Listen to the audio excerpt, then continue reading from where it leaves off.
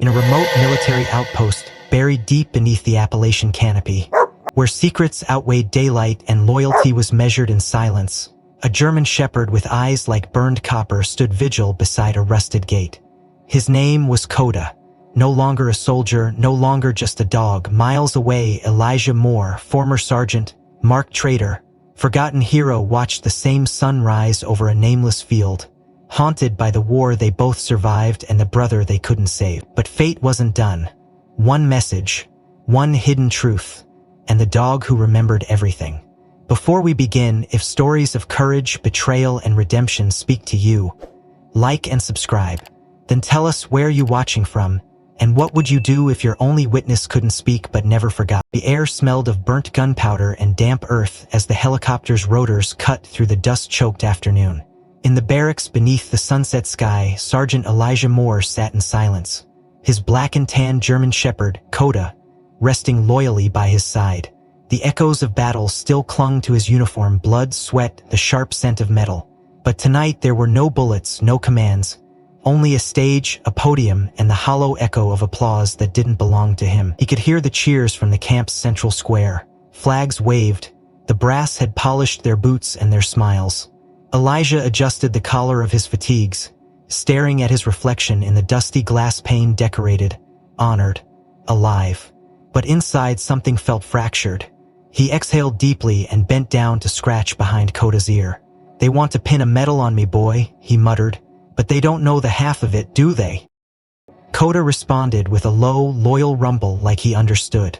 Elijah's thoughts drifted back to that night in the desert. The ambush, the chaos, the fire. He had made it back, but someone hadn't. Sergeant Julian Cross, his closest friend since boot camp, had gone radio silent during the last wave. Command listed him as KIA, killed in action. But Elijah had seen something different.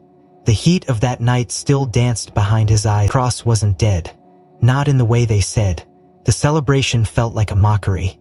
Elijah stood at the edge of the crowd, eyes narrow beneath his beret. Commander Rhodes took the podium, a thick-chested man with silver eagles on his shoulders and medals glittering like lies across his chest. "Tonight we honor bravery. We honor sacrifice." The crowd parted and all eyes turned toward him. A slow, hesitant walk to the front. Applause thundered like mortar fire. Elijah stood motionless as Rhodes pinned the Star of Valor onto his chest. "Your courage turned the tide of that mission. You saved lives," Rhodes said, his smile fixed like a politician's promise. But Elijah's lips remained still. No salute, no words of thanks. Instead, he reached up and unclasped the medal, handing it back. "Permission to decline, sir." The silence was sudden, awkward, palpable. Rhodes's smile faltered. "Excuse me, Sergeant?" Elijah met his eyes. "I didn't earn this alone. One of ours didn't come home. Until I know what happened to Sergeant Cross, I'm not celebrating anything." Rhodes' jaw tightened. A few chuckles died in the throats of the brass nearby. "That's highly irregular." Elijah didn't flinch. He was Cross disappearing without a trace. Later that evening, Elijah stood at the edge of the base near the radio shack. Coda sat alert, eyes scanning the perimeter. The desert wind cut cold across the camp. Elijah held a small USB drive in his hand, the kind used for body cam logs and encrypted comms. He'd found it while cleaning out Cross's quarters after the mission. It was slipped behind a false panel in Julian's duffel bag. No one else had noticed. He plugged it into the terminal under the cloak of darkness. The screen blinked. Files appeared. One in particular stood out. A classified, time-stamped 2 nights before the final op. Elijah clicked. The video feed opened with static. Then the familiar grim face of Julian Cross filled the screen. His voice was low, urgent. "If they're saying this, it means something went wrong. They're hiding something deep inside this op. This isn't a rescue. It's a wipe. They want no witnesses. If I don't make it out, find the shepherd." The footage ended. Elijah's fingers gripped the console's edge. His pulse hammered in his ears. "Find the shepherd," the phrase repeated in his mind like a riddle. A call sign, a cogni, or something else entirely. The next morning, as the camp stirred, Elijah sat on the steps of the barracks. Coda curled beside him. Sunrise cast a blood-orange glow across the base, and for the first time in weeks, Elijah didn't feel pride. He felt hunted. Something was wrong in the chain of command. The lies were stacking, and Cross had known it, had died for it. He looked down at Kota. "You saved me once," he said quietly. "Looks like I'm gonna need you again." Across the square, Commander Rhodes stood speaking with two unfamiliar men. Plain clothes, clean cuts, cold eyes. One of them glanced toward Elijah and nodded. Just once. The hunt had begun. The video wouldn't leave Elijah's mind. Cross's voice, hoarse, desperate, unfinished, lingered like a ghost in every breath Elijah took. "Find the shepherd." That phrase haunted him through the next sunrise, through the drills, through the empty accolades. Something about it itched beneath his skin. He didn't sleep. Instead, he returned to the secure terminal under the cover of darkness again. Kota lying silently at the door like a breathing shadow. He'd been assigned access to squad comm logs and cam feeds during recon. They still hadn't revoked those privileges. Yet, clicking through layers of encrypted video footage, he replayed the team's final mission. Camera angles overlapped helmet cams, drone feeds, motion capture from recon towers. As his eyes combed through the timeline, he suddenly stopped. Frame 417. Julian Cross wasn't lying face down in the dust like they claimed. He was moving. Barely. His left hand twitched. Then, from the shadow behind a half-destroyed bunker wall, two figures emerged. Not enemies, at least not wearing the uniform of the known opposition. Tactical black, silent, efficient. One knelt beside Cross, jabbing something into his neck, while the other scanned the area with a palm-sized device. Cross's body went limp. They dragged him out of frame. The time code was clear. The official log said the extraction occurred 5 minutes earlier. The body was never found. Elijah leaned back from the screen, heart pounding against his ribs like a drumbeat of panic and fury. His fists clenched. His mouth went dry. Julian had been taken. This wasn't battlefield loss, this was abduction inside a military operation. And no one had said a word. Kota let out a low growl, ears twitching. Someone was coming. Quickly, Elijah closed the files, wiped the cache, and stood as the door opened. Lieutenant Hammond walked in, young, pressed, sharp as a blade but dull in soul. "More," he said, eyes like glass. "Commander Rhodes wants to see you. Now." The walk to the CO's tent felt longer than usual. 2 MPs stood at the entrance, too formal for a routine meeting. Inside, Rhodes didn't bother to sit. The air smelled of disinfectant and unspoken accusations. "You accessed restricted archives last night," he said flatly. "Care to explain?" Elijah didn't blink. "I was reviewing my own mission footage. Standard protocol after high-casualty ops." Rhodes stepped closer. His voice remained even, but it was the calm before a storm. "You accessed helmet cam footage time-stamped after debrief. Classified material. You bypassed the security wall. That's not standard." Elijah held his ground. "I saw something that contradicts the official report on Cross's death." Rhodes's eyes narrowed. "Sergeant Cross is dead. You were there." Elijah's jaw tensed. "I was there, and I saw him alive, dragged off by 2 unknown operators. I have questions." Rhodes slammed a folder onto the table between them. "This base runs on discipline, not questions. You've been reassigned." Elijah's pulse froze. What? He knew resistance wouldn't work here. Not now. The message was clear. Shut up or disappear. He saluted stiffly and walked out. 30 minutes later, Elijah stood on the tarmac. The plane growled beside him like a mechanical beast preparing to swallow him whole. Soldiers loaded crates. No one looked at him. Kota sat by his boots, sensing the tension. The ramp lowered. A crewman waved them aboard. The flight was long, silent, heavy.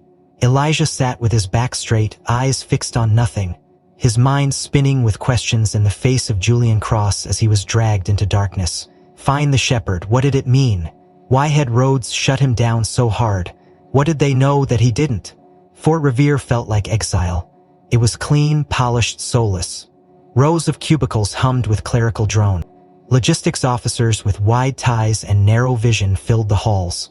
Elijah was assigned to civilian military resource liaison coordination, which meant inputting shipment data and signing off on non-lethal equipment requests. A soldier stripped of teeth. He kept his head down. For a week. Then, on a Friday morning, he opened a supply crate destined for an offshore radar station. Something felt off. The inventory manifest said weather graze fiber. Cable inside were cold steel tubes with no labels. Kota sniffed the crate, then growled a deep, instinctive growl that only came when something was wrong. Elijah reached inside, pulled one out. The weight wasn't right. The seal was military but foreign. He placed it gently on the table and knocked twice. A hollow echo. Not fiber cable. Later that evening, after the compound had gone quiet, Elijah returned to the warehouse. This time, he brought bolt cutters. Inside the crate's false bottom, he found 3 unmarked vials sealed in thermal foam, a flash drive taped beneath them. He pocketed the drive and reassembled the crate. Kota stood silently at the entrance, alert. In his quarters, he plugged the drive into his personal laptop completely offline. The contents opened to a single folder labeled Shepherd_Eyes Only. His chest tightened, a video file loaded, a grainy feed from a high-altitude drone. Coordinates flashed in the corner. A camp in the desert, one he recognized from Cross's last mission. Zoomed in, the image showed something chilling. A fenced compound, armed guards. And in the center, chained to a metal post beneath floodlights, barely conscious, was Julian Cross. Elijah froze. His hands trembled. He hit pause, then rewind. The image was rough, but there was no mistake. Cross was alive, and he was being held. Kota let out a whine, pacing slightly. Elijah stood, pacing too. This wasn't just a cover-up. This was captivity, internal black ops. Or worse. And the worst part? The camp wasn't on any map. Not a US facility. Not foreign. Something else entirely. There was a knock at the door. A code knock. 3 slow, 2 fast. The handle turned. The door creaked open slower than it should have, and Elijah's finger hovered just above the trigger. Kota's growl deepened, but it wasn't a growl of panic. It was recognition. A silhouette stepped inside, tall, broad, the kind of posture trained through shared fire and drills. Elijah relaxed for just a second when he recognized the man. Staff Sergeant Malik Dorsey. They had trained together, served side by side in Kandahar, even shared foxholes in the monsoon-soaked trenches of the Jungle Campaign 2 years prior. Dorsey? Elijah asked, confused, lowering the pistol slightly. What the hell are you doing here? Dorsey didn't answer. His steps were measured, heavy boots against concrete, and his eyes didn't match the reunion. They were cold, unreadable. Then Elijah saw the glint of metal shift under his jacket. Too quick, too close blade. Instinct kicked in. Elijah dropped the laptop and sidestepped as Dorsey lunged forward. The combat knife sliced the air, missing Elijah's throat by a hair. Kota barked and launched forward for... Elijah used the moment to slam his shoulder into Dorsey's chest, sending them both into a shelf of rations that toppled with a crash loud enough to wake the entire base. You're making a mistake, Elijah growled, pinning the man's wrist, trying to disarm him without drawing blood. Dorsey snarled like a man possessed. You should have kept your mouth shut more. That single line made it crystal clear this wasn't a misunderstanding. This was an assignment. A message. They struggled for control, bodies crashing into boxes and crates of military gear. Kota circled, barking in confusion, trying to find the moment to intervene without injury. Dorsey was strong still, in peak condition, but Elijah fought with desperation. The truth burned in his chest like fire. After a brutal slam into a wall of steel lockers, Elijah finally got the upper hand and forced the blade from Dorsey's grasp. It clattered to the floor, but before Elijah could restrain him, floodlights roared on overhead. Alarms blared. Doors slammed open, boots thundered. Voices shouted, and before he could say a word, Elijah found himself surrounded. The woman rose hastily, raising his arms. Kota backed up into a crouch, growling low, protective but obedient. Dorsey, now sitting up and clutching a manufactured head wound, pointed with shaking fingers. He attacked me, said he knew what really happened in the desert, he snapped. Elijah opened his mouth to speak, but 2 MPs closed in, twisting his arms behind his back, cuffing him fast and hard. Wait, this is a setup, he protested. No one listened. He was marched out under floodlight glare, blood trickling from a cut above his brow. Kota whimpering behind him. Through the commotion, he saw Dorsey speaking with someone just out of frame, a shadow leaning against the building with arms crossed and a radio clipped to his vest. The figure didn't step into the light, but Elijah saw the glint of a watch, and something in his gut twisted violently. Rhodes? The next 12 hours blurred into a bureaucratic whirlwind of interrogation rooms, fluorescent lights, and cold coffee left untouched. They accused until Elijah didn't know if the ringing in his ears was from the beating or the betrayal. But it wasn't until they dropped the bag onto the table that everything shifted. "Recognize this?" one of the officers asked. Elijah looked at his backpack. He nodded. "It's mine." The man opened it slowly, theatrically, like a magician about to pull off a trick no one asked for. Inside was a small black hard drive, sleek, new, clearly placed. The officer plugged it into a military-grade tablet. "Encrypted, but not enough," he said with a smirk, clicking through the files. Elijah leaned forward, trying to make out the screen. Project Blackfall, coordinates, names of U.S. asset, commission codes, to be delivered to UN marked Chestern Control.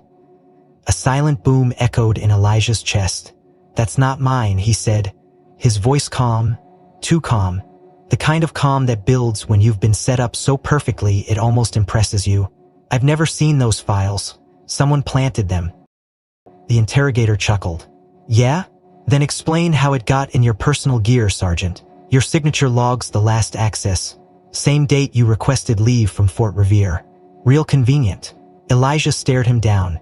"If I wanted to sell out this country, I wouldn't be sitting here unarmed with my dog asleep in the next room. I'm telling you, you're not telling us anything." The man cut him off. "You've been talking too much already. Asking questions you weren't supposed to. Looking where you shouldn't. You got curious more. And now you're caught." They left him cuffed to the table for hours. No food, no water. Coda hadn't been brought in. That worried him more than anything. His mind reeled through possibilities. Dorsey's, Rhodes, the file, Cross. They were tying him to treason, not just to silence him but to erase the truth. Later that night he was escorted to a holding cell on the edge of the base. Not military detention, civilian grade. Cold cement, a narrow bunk bolted to the wall, a single high window too small for hope. They stripped him of his gear, his badges, his rank. But not his thoughts, and not his memory. He replayed the attack again and again. Dorsey's expression, the blade, the phrase, "You should have kept your mouth shut." That meant Rhodes was scared. That meant Elijah was closer to something than they wanted.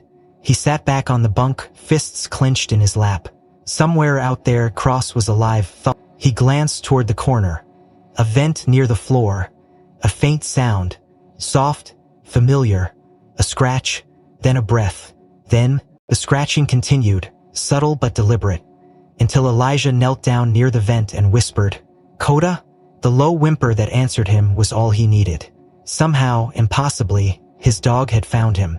He didn't know how Coda had escaped containment or who had led him near the cell, but none of that mattered. All he knew was that the bond between them, forged in fire and chaos, had endured.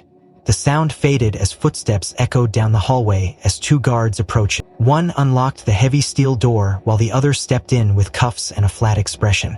"Transfer order just came down," the man said, eyes unmoved. "You're being moved to another facility pending trial." Elijah didn't speak. He knew better.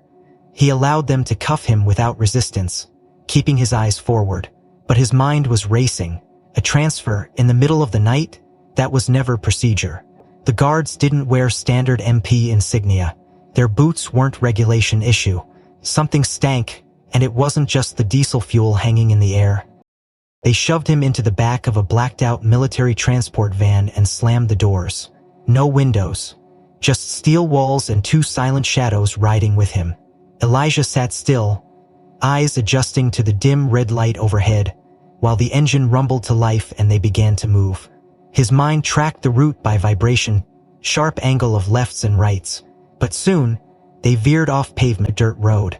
No official route would take them that way. One of the guards muttered into his comms, "Approaching drop point." Elijah's spine went cold. He leaned forward slightly. "Drop point? Since when do military prisoners have drop points?" The guard didn't answer.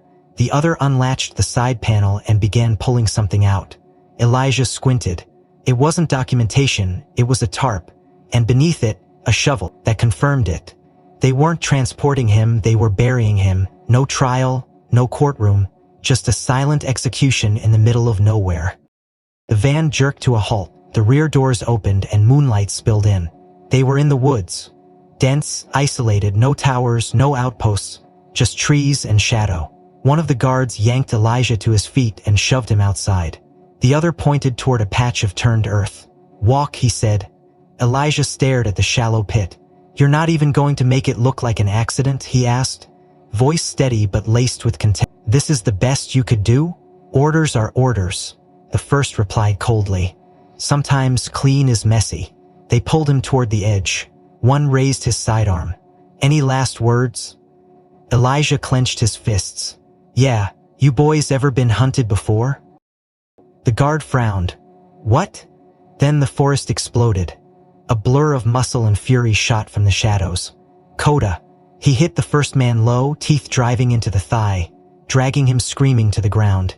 The pistol discharged wildly into the air. 2 rounds lost to the sky. The second guard turned and aimed at the charging shepherd.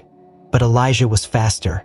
He twisted his wrist hard, breaking the weak joint in his cuffs, a trick he'd learned in a training course meant for interrogation. Before the second guard could fire, Elijah slammed his shoulder into him, sending both men tumbling. The weapons skittered across the dirt. The first man tried to stand, but Coda lunged again, this time clamping onto the wrist that held the knife, snarling as he pinned the man to the ground. Elijah rolled over, grabbing the fallen sidearm and trained it on the second man, now scrambling backward. "Don't," Elijah growled. The man froze. "We were told you were compromised," he said, fear bleeding into his voice. "They said you were going to leak critical." He came from his channel. Private encryption. I just followed. A sharp crack rang out. The man's eyes went wide, then vacant, a bloom of red appearing on his chest. Elijah dove for cover as a third shot whizzed past. There was another shooter, a cleanup man. Elijah scanned the tree line, grabbing the downed man's radio. "You seeing this, Coda?" The dog growled, dragging the first guard deeper into cover behind the van.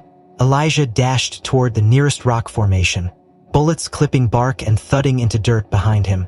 Someone was using a suppressed rifle. Trained, quiet, probably recon-trained. They wanted this quick, silent, buried. He spotted the muzzle flash behind a thicket 30 yards out. Dropping to one knee, he fired 3 rounds in rapid succession. The flashes stopped. Silence reclaimed the clearing. Elijah rose slowly, weapon aimed, eyes sharp, waiting for movement. Nothing. Coda returned to his side, panting, his fur streaked with dirt and sweat but uninjured. Elijah didn't waste time. He grabbed the keys from the second guard's corpse, unshackled himself and popped open the van's front panel. Inside was a satellite phone. Encrypted, still active. He crushed it underfoot. Too risky. Then he turned to the rear compartment, scanning for useful gear maps, supplies, munitions. They'd stripped the van for a one-way trip. No backups, no paper trail. He pulled the bodies into the shallow pit they'd intended for him and kicked the tarp over them. Coda stood watch silently, eyes fixed on the tree line as if expecting another wave. "Let's move," Elijah said quietly, tapping Coda's flank. "We've been off-leash long enough." They disappeared into the trees under the cover of night, the moon above barely breaking through the branches, the silence around them thick with questions and the scent of betrayal. Somewhere deeper in the woods, another figure was moving, watching, and ahead, beneath layers of shadows and secrets, Elijah knew the truth was waiting, coiled, hidden, dangerous. The forest thickened around them as Elijah and Coda pushed deeper into the darkness, every snapped branch and rustling leaf sharpening their instincts. The night had grown heavier, colder, thick with the breath of something old and long forgotten. Elijah moved quietly, ducking under branches and keeping to the shadows, with Coda always a few steps ahead, ears twitching, nose low to the ground, his behavior more focused than usual. It wasn't just evasion anymore, he was tracking something. Elijah felt it in the rhythm of the dog's steps, in the way he paused at certain trees, sniffed the air, then continued. This wasn't random. Coda had a destination in mind. They had walked for nearly 2 hours, evading patrol drones, avoiding thermal spots, and skirting a decommissioned fence line when Elijah saw it, a rusted sign half swallowed by moss and vines. For Sable, K9, Advanced Behavioral Unit, deactivated, 2007.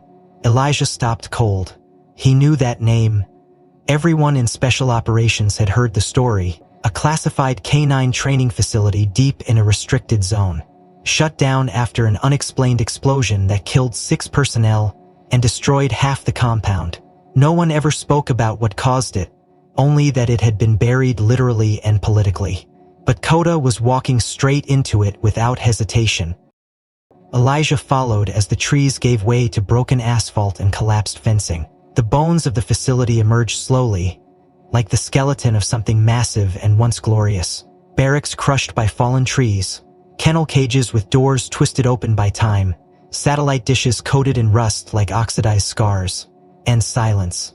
Not the kind born from emptiness, but the loaded, haunted quiet of places that remember. Kota stopped near what used to be the mess hall and sniffed the air with purpose. Then he turned sharply and bounded toward a broken stairwell leading underground, his claws clicking against concrete worn smooth by age. Elijah hesitated. "You sure about this, boy?" Kota didn't look back. He vanished into the dark. Elijah pulled a flashlight from his belt and followed, one hand on his sidearm, every step taking him further from the world above and deeper into a place not meant to be revisited. The stairwell twisted downward for at least 30 feet before ending in a warped steel door slightly ajar. Beyond it lay a narrow corridor, lined with pipes dripping condensation and emergency lights long dead. Kota moved with eerie certainty, navigating the corridor like he remembered it. Elijah caught a scent beneath the mildew and mold chemicals. Burned rubber. Machine oil. Recent. Someone had been here. They entered a larger chamber, the remains of a subterranean command center. Consoles lined the walls, most shattered or dark, but one workstation flickered faintly with reserve power. A thick monitor hummed low as static danced across the screen. Elijah approached slowly. Kota sat beside the console, watching the monitor like a soldier at guard. Elijah tapped the keyboard. Nothing. He reached beneath the panel and felt for the manual override he knew these systems had. Click. The screen blinked. Then a file tree appeared. Archive_drive_K9. Access code required. He entered the last 4 digits of Cross's military ID. Nothing. Then he remembered the footage from the drone. Find the Shepherd. He typed Shepherd_17. The screen unlocked. Dozens of video logs and documents opened, most tagged redacted or classified _05. But one folder was marked in yellow, Operation Glasswall. Elijah clicked. The first video opened to grainy footage of a dog in a training cage, fitted with a neural harness, and exposed to a series of flashing images. Beside him stood 2 men in lab coats and one in a black uniform with no insignia. The footage had a date, January 2007, 2 weeks before the override response is stabilizing. He's resisting but adapting. Try the next sequence. The dog convulsed briefly, then steadied, eyes wide and unblinking. Elijah flipped through the documents. Project Glasswolf was not a training initiative. It was a behavior override program using experimental neural triggers on select K-9 units to test battlefield loyalty augmentation, turning dogs into autonomous decision-makers with embedded subroutines. Biological programming. Weaponized instinct. But something went wrong. One entry buried deep in the logs, detailed during a stress trial. Uncontrolled aggression, system feedback overload resulting in handler fatalities. The dog listed, Kota's littermate subject K9-721. Elijah turned to Kota slowly. "You were part of this," he whispered. Kota didn't move, didn't deny it. The look in his eyes wasn't guilt, it was something deeper, knowing. Protecting. The last video was darker. A shaky cam pointed at a secret holding cell beneath the facility, showing a restrained man with bruises and a feeding tube, Julian Cross. A date stamp from just 3 months ago. Subject is stable but uncooperative. A voice said off-screen. Previous attempts at neural pairing failed. Recommend isolation until memory suppression is complete. Elijah's blood ran cold. They weren't just using dogs. They were using people. Testing, breaking, rewiring. Fort Sable never closed, it just went underground. And Cross had been brought here, used, experimented on. Maybe still here.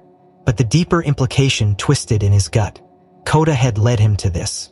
Not by accident. By memory. Behind the control panel, Elijah found a dusty storage cabinet. Inside were backup drives sealed in anti-access. He pocketed one, slid it into his backpack, and turned to Coda. "We can't stay here." A low metallic click echoed behind them. They weren't alone anymore. The click echoed through the command room like a thunderbolt through dead air, and Elijah's body turned instinctively, sidearm raised, eyes scanning the shadows. Coda stepped forward first, teeth bared, body low, and then from behind the crushed filing cabinets a single figure emerged with hands raised and a hood over his head. "Don't shoot," the man croaked. "I'm not one of them." Elijah didn't lower his weapon. "Then why are you here?" The man's voice was dry, hoarse, like someone who hadn't used words in days. "Because I used to be," he said. "I worked for the unit, Black Ridge Division. You wouldn't know the name, no one outside their need-to-know circle does. But I know what they did to your friend. And your dog?" Elijah narrowed his eyes. "You were part of Glasswolf?" The man nodded. "Only for a short time. I ran comms and logistics. Thought we were training a new generation of canine response units. I didn't know they'd start on humans." Elijah stepped forward slowly. "Where's Cross?" The man flinched. "Dead, I think. Or broken in a way that makes no difference. They were running reconditioning cycles by the time I left." He wouldn't talk, wouldn't bend. That's when they brought in the higher-level override teams. "And Rhodes?" Elijah's voice was sharp. "How deep is he in this?" The man looked up for the first time, and there was a strange pity in his face. "He's not just involved, it's his experiment." That night, Elijah uploaded the Glasswolf archive from the retrieved drive into a private terminal deep beneath the ruins, protected by leftover encryption from the facility's blackout nodes. Then, he powered on a military satellite communicator salvaged from the dead comms officer they'd found earlier, and rerouted the frequency through a burned-out Russian weather station to mask the origin. He typed her number slowly, deliberately, the way one says a prayer not to be heard by the wrong gods. Captain Naomi Trent, former JAG officer, brilliant, precise, ruthless in court. She had also been his everything once, until Kandahar, until the last deployment, until he didn't come home when he should have. Elijah had written the goodbye she never answered. Now, he needed her more than he'd ever wanted her. The call connected. For a full 10 seconds there was nothing but static. Then her voice came through low, cautious, unmistakable. "This channel is restricted, identify yourself." "It's me," Elijah said. More.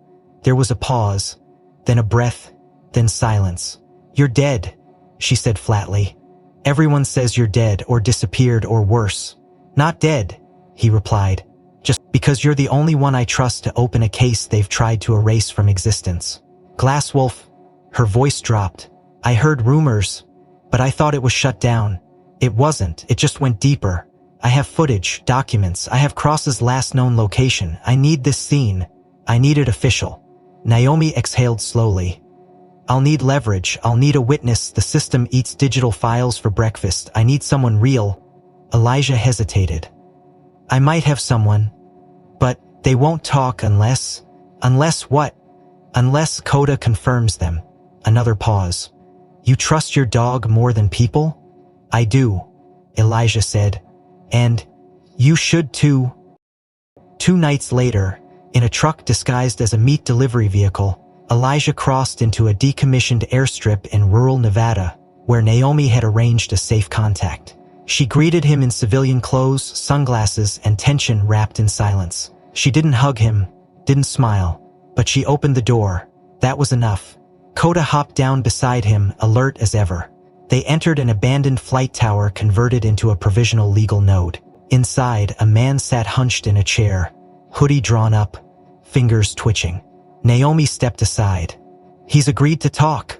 Says he was a handler here during the first canine augmentation trials. But he wants verification. He wants Coda to react the same way he did before. To know you're not feeding him lies." Elijah turned to the man. "Name?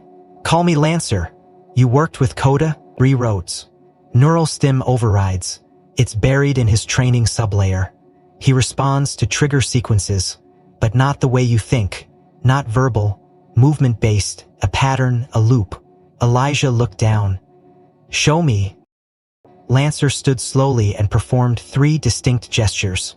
2 steps forward, palm extended, half turn, knee drop, hand flat to the chest. Kota blinked, ears twitching. Sagai part tail still, chest rigid, his head tilted and his right paw lifted halfway off the ground, an old command sequence from the early behavioral codes. Elijah's breath caught. Kota remembered, but more importantly, Kota confirmed this man had been with him before the wipe. Naomi stepped forward. That's enough for me. They sat for 6 hours as Lancer detailed the inner workings of the Glasswall chain, how handlers were replaced by behavioral loops, how Cross had been moved from one black site to another for failing integration, how Rhodes had overseen at least 4 test phases under the codename Shepard. Naomi's fingers never stopped typing, every word logged, every name entered, every location mapped. But there was one more step. A testimony needed to be filed inside a courtroom, even a closed one. A judge needed to be involved. She would push for a sealed review, and if approved, demand a military tribunal for war crimes under Article 118. But it needed to happen fast. If Rhodes caught wind of this going formal, he would erase everyone. Do we have time? Elijah asked, voice taut. Naomi stood, packing her files. Barely. If your dog hadn't confirmed him, I would have walked. But now, we move. Outside, thunder rolled over the desert sky, and in the east, helicopters began to rise, military marked, but unannounced. Too many to be coincidence. Naomi's eyes darted toward the clouds. We've been found. The courthouse felt more like a fortress than a seat of justice, its cold marble floors and steel detectors humming with paranoia. Naomi had fought hard to get the session classified, pushing the tribunal through a rarely used security clause buried in the Uniform Code of Military Justice. Only 6 people were allowed inside the chamber. 2 judges, Naomi as the defense, a prosecution rep from Central Command, the witness Lancer, and Elijah seated beside Kota at the defense table. No cameras, no observers. The air was tight with silence, a kind of silence that precedes either justice or death. Naomi stood, calm and lethal in her navy blue suit, and addressed the tribunal with her opening. We are not here to speculate. We are here to unearth. She pointed to Elijah. The client was framed for crimes born from a system designed to manipulate not only animals, but soldiers, truth, and loyalty itself. You'll see evidence of that, and you'll hear it directly from someone who lived it. The judges, both stone-faced colonels with decades in uniform, nodded. The prosecution made no motion to object. Not yet. The trap hadn't sprung. Lancer was escorted to the stand under heavy guard. Though the guards were ceremonial, no one in the room trusted anyone. His hands trembled slightly as he raised them for the oath. Do you swear to tell the truth?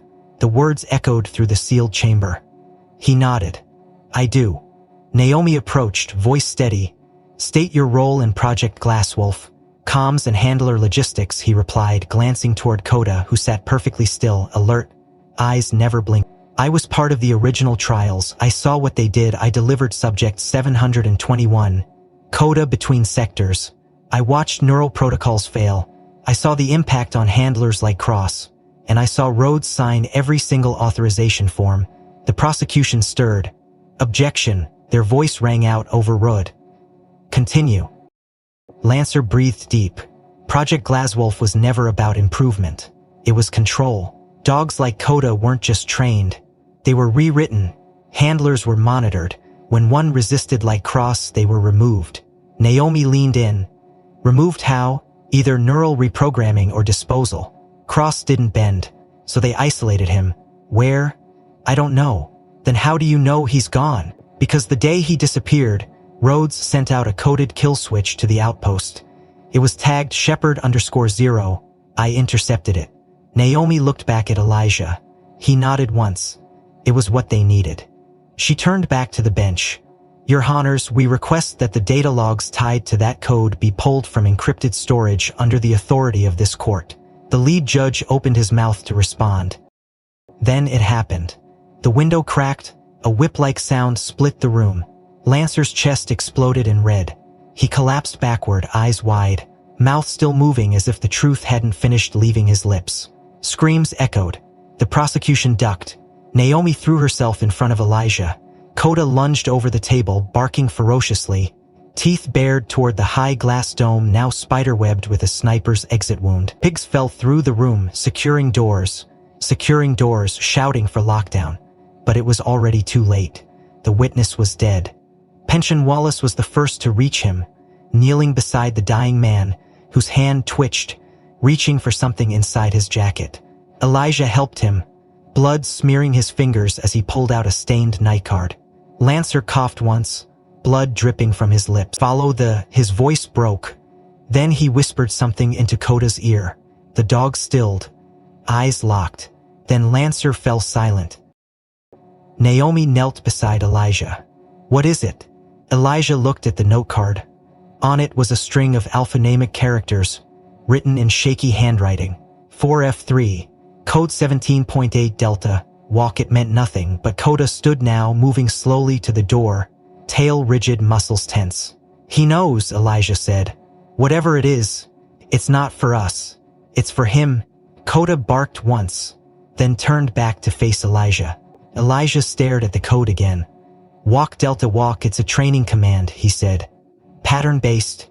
Coda must have been programmed to respond to it." He crouched in front of the dog. "Show me, buddy. Show me where it leads." The tribunal was disbanded in chaos. The sniper was never found. The rooftop cleaned, shell casing removed. Digital camera wiped professional. Naomi had just enough time to make the tribunal preserve evidence already entered into record. The death of the key witness had jeopardized the trial, but not ended it. The judges, perhaps shaken, had not dismissed the case, only paused it. But Rhodes had made his move, and now Elijah had to make his. That night, back at the safe house Naomi arranged 2 miles outside Fort Dewey, Elijah placed the code on the table, watching Coda stare at it. He laid out a field map satellite layout of the terrain around Fort Sable and its neighboring facilities. Coda sniffed the map, then placed his paw over a wooded section marked as Zone 4, F3. Elijah's eyes widened. "That zone's been sealed since 2010, Naomi said behind him. "Nothing's moved through there except black choppers and rumor." "Then, that's where we're going." Before they left, Elijah pulled a cloth-wrapped bundle from his go-bag. Inside was the old training collar Coda wore back during their second deployment. Long decommissioned, with a snapped braided choke cord still hanging from the loop. He stared at the cord, remembering the last mission before Cross disappeared. Julian had given him that cord, saying, "It's marked Coda's first mission unit, just in case we forget where he came from." Elijah turned it over and found something he had never noticed before. A small burnished metal bead embedded in the weave, barely visible. He pried it out with a knife. On the underside there was an etching, 721 SJ cross-cycle file. Coda had worn this same identifier, and the code matched the same serial assigned to the cross-transfer manifest Elijah had never been able to access. The line connected. Coda had been tied to Cross, not just by unit but by cycle. They'd been paired in the original override pairing protocol. That meant Coda had once been programmed to protect Cross at all costs. Elijah looked at the map, then at the dog, then back at Naomi. "He's still alive," he said. "They wouldn't keep that link open if they didn't need something from him." Naomi didn't blink. "Then we follow the code." Coda stood and began to walk. The tribunal was hastily reconvened under heightened security, now relocated to a hardened debriefing room within Fort Dewey's military intelligence annex. No windows, no air circulation beyond filtered vents, and no access to unsecured channels. Naomi stood firm, her files thicker now, her voice sharper, while Elijah paced like a caged predator, Coda following his every step with eyes that saw more than most men ever could. The judges returned without robes, dressed in combat-grade fatigues, suggesting that the case had escalated beyond legal protocol and into national threat territory. Naomi had demanded a full review of Project Glasswolf and its aftermath, citing the death of the witness as obstruction of justice and presenting the blood-stained note card as admissible evidence. And the tribunal, no longer able to deny the gravity, had agreed to hear one final testimony, an authorized expert from within the original chain of command, allegedly here to clarify military intentions and debunk conspiracy. His name was Colonel Vincent Strayer. The door opened with a hydraulic hiss and Strayer entered, crisp and precise in every line of his uniform. Silver clusters adorned his chest, and his walk was the kind of measured arrogance only decades of untouchable rank could afford. He greeted the judges with subtle nods, bypassed Naomi without a glance, and stopped directly in front of Elijah with a ghost of a smile. "Sergeant Moore," he said. Strayer took the witness stand and began his testimony, laying out a calculated narrative that painted Project Glasswolf as an abandoned research initiative designed for behavioral synchronization, a well-intentioned, though ultimately flawed, exploration into enhanced interspecies military operations. He claimed no involvement in override protocols, no knowledge of human testing, and certainly no record of Sergeant Cross beyond his official KIA status. Naomi grilled him on the inconsistencies, especially the destruction date of Force Sable, which Strayer claimed occurred 6 months prior to the Cross disappearance, yet Elijah had footage proving otherwise. Strayer shifted blame onto unauthorized rogue elements that had supposedly hijacked the project. It was going smoothly for him until Kota moved. No bark, no warning, just a sudden, precise leap across the chamber, his claws scratching against the polished floor as he launched over the defense table and collided squarely into Strayer's chest. The colonel fell hard, the back of his head striking the wall chair shattering beneath him. Kota growled, teeth bared, eyes locked onto Strayer's throat. Shouts erupted, MPs swarming, weapons drawn. Elijah moved faster. "Stand down," he roared, stepping between them. "Don't touch that dog." Naomi jumped between the muzzle of a soldier's M4 and Kota's flank. "Hold fire," she commanded. "You shoot, you'll be burying your last witness." Strayer groaned, struggling beneath the weight of the dog, and for the first time his expression cracked, not pain but fear. Real, primal, buried deep fear. Blood stained his sleeve where Kota's jaw had grazed it. Not from an attack but from a ripping gesture, something specific, not random.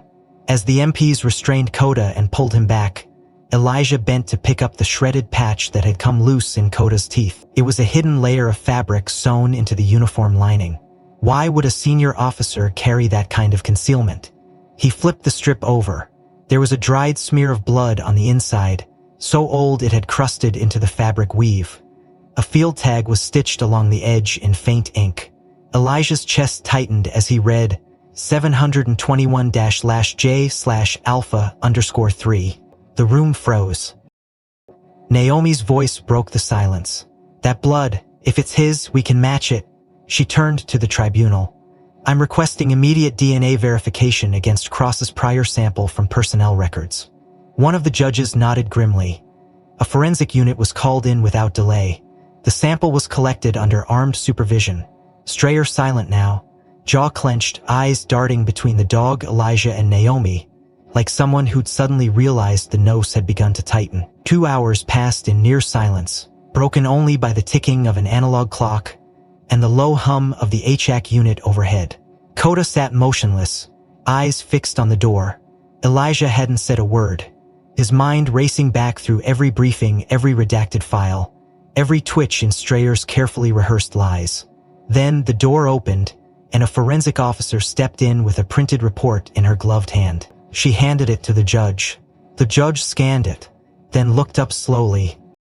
The blood found on Colonel Strayer's internal sleeve matches the DNA of Sergeant Julian Cross, previously listed as KIA under Operation Shepherd Vantage. Silence. Heavy, suffocating silence. Naomi spoke first. Then the question becomes, how did a dead man's blood end up inside the uniform of a man who claims never to have met him? Elijah stood. Because he didn't just meet him, he said, voice low, steady like a sniper's breath before the shot. He buried him, or tried to. Strayer's hand moved subtly toward his inner jacket. Elijah clocked it instantly. "He's reaching," he shouted, diving across the table. But Kota was already in motion. The dog slammed into Strayer's side again, knocking the colonel against the wall, sending a concealed injection pen skidding across the floor. The MPs pounced. One retrieved the device. Inside was a translucent blue serum unmarked, but Elijah recognized it. The same kind used during neural dampening protocols described in the Glasswolf logs. Strayer was disarmed, arrested, and placed under maximum confinement. The trial chamber erupted in questions, commands, and military protocols scrambling to save face. But it was already too late. Kota had exposed the truth the way only he could, by instinct, by memory, by something no override protocol could erase. Naomi retrieved the collar fragment again and placed it beside the shredded sleeve. The tribunal stared at the two matching identifiers, one worn by a dog, the other hidden by a traitor. Elijah leaned in close to Kota. "You remembered him, didn't you?" The dog nudged his chest, eyes full of something ancient. Not training, not programming. Recognition. But there was one piece still missing, the coordinates Cross had tried to transmit. The last node listed in the note card. It wasn't on any map, until Kota sat down in front of the tribunal table and raised his paw twice. Then pressed his snout against Naomi's laptop screen, tapping a blank spot near the northern corridor. A ghost facility, one last bunker, unregistered, forgotten. But not to him. The room was quiet again, not from tension or mourning, but from the kind of silence that follows an explosion too large for sound. Colonel Strayer had been led away in restraints, but the impact of what he left behind rippled like aftershocks through the tribunal and beyond. The tribunal had recessed for 12 hours to deliberate on the implications, with Naomi poring over everything they'd collected. The fabric samples, the GPS marks Kota had pressed into her laptop, the residual identifiers from the injection pen, and the visual proof that the cover-up had not only been coordinated, but compartmentalized to the highest levels of military authority. Elijah had sat in the holding room just off the main hall, wrists uncuffed for the first time, but still under heavy guard. The air was dry, reeking of legal sweat and institutional doubt. Across from him, Naomi sat with her arms crossed, watching him in silence. "You're gonna offer you a deal," she said finally. "Walk away, plead insanity, PTSD, behavioral manipulation from the canine neural exposure. Let the story die with Strayer and walk out in 6 months with an honorable discharge." Elijah didn't look at her. "And in exchange?" Naomi's gaze was hard. "You don't testify, you surrender the USBs. You let them bury everything we just unearthed." Elijah exhaled through his nose, his hand resting gently on the dog didn't move. Naomi stood and walked toward him. "They're scared. Not just of the fallout. Of you. Because you remember. And worse, because he remembers too." She gestured at Kota. "But if you speak, they will crucify you. You're still a sergeant who defied orders. Who breached military firewalls. Who allegedly led an armed dog into a federal building. They will twist it, and if they fail, they will bury you for real this time." Elijah looked up, his eyes tired but burning. "If I stay quiet, I let every soldier after me get used the same way. I let Cross die nameless. I let Kota's memories get overridden like data. And I let the people who designed this whole machine walk away with promotions." Naomi didn't flinch. "Then you have to choose now." He nodded slowly. "I already did." The chamber was smaller this time, cleared of unnecessary personnel. Only the core tribunal members, Naomi, the prosecution, a clerk, and Elijah. The room felt colder, as though judgment itself had a temperature. Elijah rose when asked and took his place on the witness platform. The lead judge looked down, not coldly but wearily. "Sir Jason Elijah Moore, you stand here not only as a soldier, but as a man whose actions have shaken the foundations of trust within our military structure. You've been offered the opportunity to abstain from further testimony and accept a revised discharge under medical consideration. Do you accept these terms?" Elijah stood straighter. "No, sir, I do not." A flicker of motion crossed the judge's face. "Then you understand that continuing this path may result in charges of espionage, obstruction, and conspiracy against military command?" Elijah nodded once. "I do. And yet you proceed? Because the truth is not optional." Naomi's eyes didn't leave him. The prosecutor sat rigidly, already preparing rebuttals. But before a word could be uttered, Kota, who had been lying calmly at Elijah's feet, suddenly rose. His ears twitched, his nose flared, then, without hesitation, he walked slowly across the room, past Elijah, past Naomi, past the silent tribunal, until he stopped at the coat rack near the back corner where Strayer's uniform had been temporarily stored for evidence. Kota sniffed, pawed once at the left shoulder seam, then growled low and deliberate. Elijah moved instinctively, crossing the room as guards shifted uncomfortably. Naomi followed. Kota pressed his snout again into the seam of the folded uniform jacket, then tugged once sharply. A faint tearing sound followed. From the lining, a small object fell to the floor. A black USB no larger than a bullet casing. Naomi picked it up with a gloved hand. What the hell? She turned to the tribunal. Permission to access this now, Liv. The judge gave a terse nod. Proceed. They slotted the USB into the secure terminal. The screen came to life. There were no passwords, no encryption, just a folder titled Shepard__full. Inside was a video file. Naomi clicked. The feed was dated 2 years prior. It opened with a boardroom dim lighting, projector glare. 6 men seated, including Colonel Strayer. Rhodes stood at the front, pointing to a digital map. His voice, clear and confident, filled the chamber. With behavioral override complete, Phase 2 will allow us to embed operatives in civilian sectors, using handlers unaware of the latent conditioning in their own K9s. Loyalty control at a subneural level. No rebellion, no conscience. Full obedience. Another man leaned forward. What about the handlers? The veterans? Rhodes shrugged. Disposable. If they ask too many questions, they're routed to psychological processing centers and replaced. A different voice chimed in. What about trial fallout? Strayer answered this time. There won't be any. We bury the assets before they know they were compromised. Then the camera panned to a third screen, where biometric readings scrolled. One subject's name stood out in glowing red. Cross J-Alpha integration rejected. Status unstable, recommend termination. The video ended. Elijah didn't speak. No one did. Until the youngest judge whispered, Jesus. Naomi turned to the bench. There it is. Operational proof, direct planning, clear intent to deceive, manipulate, and weaponize both soldiers and K9s, and eliminate anyone who got in the way. Coda returned to Elijah's side and sat down. And for the first time in hours, no one moved to restrain him. The tribunal reconvened in absolute silence. The weight of the video evidence still thick in the air like the residue of a battlefield. Naomi stood at full height as she delivered her final statement, measured and cutting, calling not for vengeance but for accountability. The judges recessed for just under an hour before returning with the verdict. All prior charges against Sergeant Elijah Moore were to be dismissed with prejudice. His record cleared of any association with treason or misconduct. The court formally recognized the illegitimacy of the Glass Wolf Project and its concealed operations, citing severe breaches of ethical protocol and unauthorized human testing. But while the ruling exonerated Elijah, the Department of Defense, through its legal liaison, filed an addendum to the verdict, stating that due to the politically sensitive nature of the operation and its surrounding publicity, Elijah would not be reinstated into active duty. His rank would be preserved on paper, his pension honored, but his service would be permanently archived, sealed, removed from all public-facing rosters. In short, they gave him back his name but not his voice.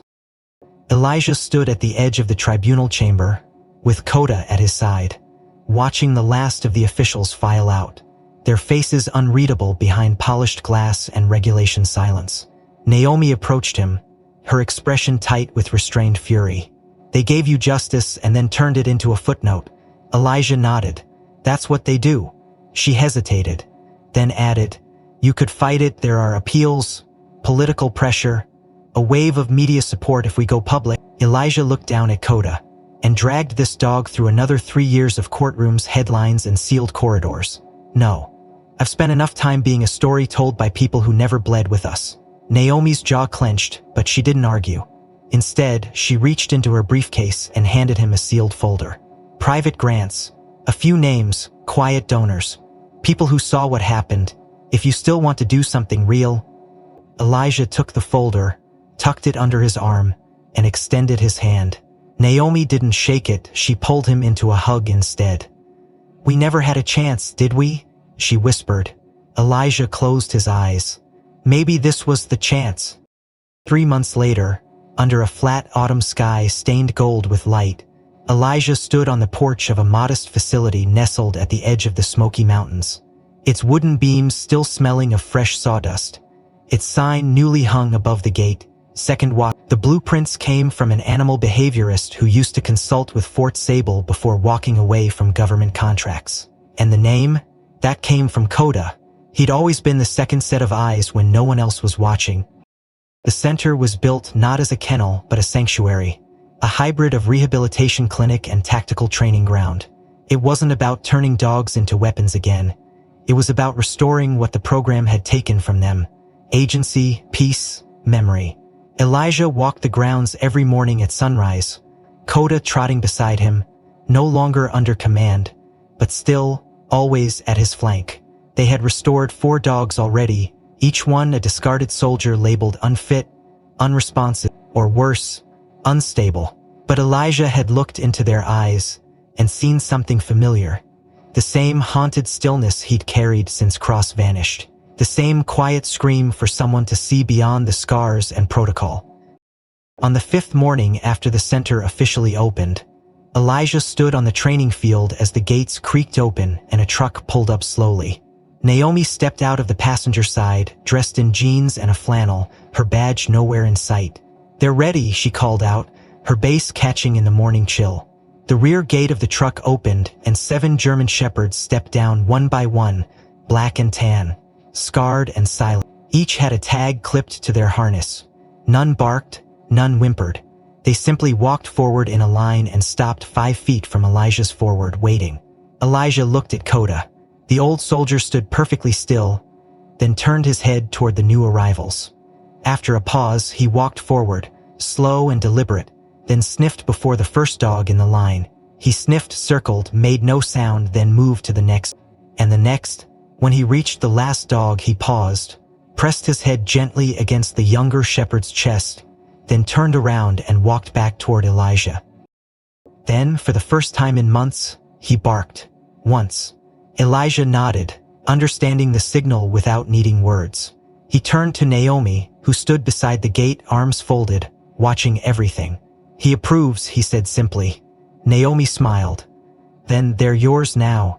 Elijah looked back at the 7 dogs, all now sitting in quiet formation, eyes locked on him, waiting. He walked toward them, each step Bifgam's low and heavy with memory, until he stood before. "You've been through hell," he said softly. "But this is not the end of your war. This is the beginning of your return." Coda stood beside him again. Elijah looked out across the field, the sun just breaking over the treetops, casting long shadows like reminders of the past and paths forward. And there, in the silence of that golden morning, 7 broken soldiers waited to be whole again. And the one who had never left their side, the one who had never forgotten, stepped forward, not as a handler, not as a master, but as a comrade reclaimed by purpose. Coda walked ahead of them. Elijah followed. The light behind them grew stronger. If this story moved you, consider subscribing for more cinematic narratives like this one. Drop a like to support the journey. I'm curious what part of the story hit you the hardest. And where in the world are you watching from? Let me know in the comments. Your voice is part of this story now.